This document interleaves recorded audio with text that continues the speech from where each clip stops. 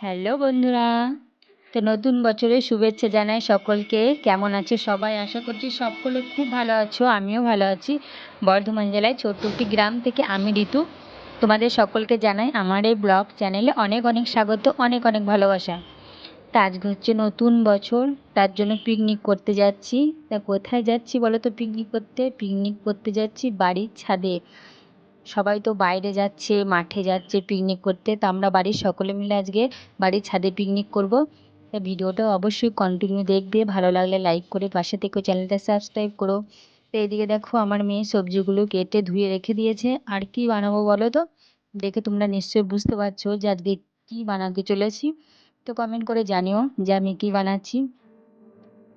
আর দেখো গাজরগুলো ভাজা হয়ে গেছে আর আলুগুলোও ভেজে নিয়েছি, আর এখন বাকি আছে বিনস আর হচ্ছে ক্যাপসিকাম। এই দুটো ভেজে নেবো। আর চালটা ভিজিয়ে রেখে দিয়েছি, এখন চালটা একটু ভিজে যাবে, তারপরে চালটা ভাত বসানোর জন্য বসিয়ে দেবো। তো এদিকে দেখো সব কিছু ভাজা হয়ে গেছে, ভাজাটা প্রায় কমপ্লিট হয়ে গেছে। আর হচ্ছে মাংস, তারপরে যেসব জিনিসগুলো থাকে ওগুলো সব ধুয়ে নিচ্ছি। তো চলো, এই দেখো মাংস আছে এখানে, আর আমার ছেলেকে দিয়েছি আমি মটরশুঁটি ছাড়াতে। তো দেখো ছেলেটা মটরশুঁটিগুলো সব ছাড়িয়ে রেখে দিয়েছে, আর আমি রান্না করবো তার জন্য মশলাটা করে নিচ্ছি। তো এই দেখো মশলাটা হয়ে গেছে অলরেডি, আর ভাতটাও হয়ে গেছে। তোমাদের সঙ্গে বেশি কিছু শেয়ার করতে পারিনি, কিছু কিছু শেয়ার করেছি যেগুলো হচ্ছে অল্প টাইমের মধ্যে, কারণ হচ্ছে টাইম লাগে প্রচুর, তার জন্য আর ব্যস্ত ছিলাম, তার জন্য যে টাইম পেয়েছি তোমাদের সঙ্গে শেয়ার করেছি। তো দেখো তারপর আমি মাংসটা রান্না করে নিচ্ছি, আর কালারটা দেখো খুব সুন্দর হয়েছিল, আর সত্যি করেই খেতেও খুব সুন্দর হয়েছিল। তো দেখো এদিকে মাংসটা বসিয়েছি আমি, আর একদিকে চলো পাঁপড়টা ভেজে নিই। তো কে কে পিকনিক করতে গেছো কমেন্ট করে জানিও, আর আমাদের মতো কে কে বাড়িতে পিকনিক করেছো অবশ্যই কমেন্ট করো। আর বাড়িতে সত্যি করেই শীতকালের দিনে যখন বাড়ির ছাদে সকলে মিলে একসাথে বসে খাওয়া হয় খুব মজা লাগে, তাই সকলে মিলে একসাথে বসে খেয়েছিলাম ছাদে, খুব মজা লেগেছিল। আর এখানে দেখো শসাটা ফুরিয়ে গেছিলো, শসা ছিল না, তার জন্য হচ্ছে গাজর আর হচ্ছে পেঁয়াজটা কেটে নিয়েছিলাম। আর একদিকে দেখো পাঁপড়টা ভাজার জন্য কড়াই তেল দিয়ে দিয়েছি, আর পাঁপড়টা আমি ভেজে নিচ্ছি। এই চলো পাঁপড়টা ভেজে নিই। আর আজকে খুব মজা লাগছিল, আর ছেলেগুলোও খুব আনন্দ করেছিল, আর আমার ছেলে আর মেয়ে খুব খুশি যে আজকে আমরা বাড়ির ছাদে পিকনিক করছি, সকলে মিলে করিনি, কারণ হচ্ছে একটু অসুবিধা ছিল, তার জন্য বাইরে কোথায় যাইনি, বাড়িতেই করেছি ছোট ছোট বাচ্চাগুলোকে নিয়ে। তোমাদের সঙ্গে দেখাবো চলো, বাচ্চাগুলো খুব মজা হয়েছিল।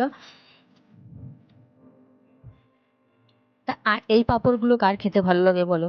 আমার মেয়ে এই পাঁপড় যে এত খেতে ভালোবাসে যে কি বলবো তোমাদের ঘরে। তো চলো আমার রান্না পুরো কমপ্লিট হয়ে গেছে, আর এখন আমি যাচ্ছি ছাদে। তো চলো ছাদে গিয়ে দেখাবো তোমাদের ঘরে। তো দেখো দোতলার ছাদে, আর আমাদের তো ঘরটা প্লাস্টার হয়ে গেছে, কোনো রং হয়নি, তার জন্য একটু ফাঁকা ফাঁকা লাগছে। তো চলো ছাদে যাই। এই দেখো ছাদে পিকনিক হচ্ছে আমাদের, আমাদের মতো কে কে তোমরা ছাদে পিকনিক করেছো অবশ্যই কমেন্টে জানিও। আর দেখো পুচকি দুটো এসেছে, পুচকি দুটো, পুচকি দুটোকে ছাদ থেকে ডেকেছি, ওদের ছাদে চলে এসেছে। আর এই দেখো মাংসের কালারটা দেখেছো খুব সুন্দর হয়েছে, আর আমি নিজে হাতে বানিয়েছি, সবাই বলেছে খুব টেস্টি হয়েছে। এই দেখো কালারটা খুব সুন্দর লাগছে। আর এই দেখো রাইস, আজকে কী বানিয়েছি বলে দেন না, রাইস বানিয়েছি। আজকে পিকনিকে আমরা রাইস বানিয়েছি। তো দেখো সকলে মিলে খেতে বসে পড়েছি,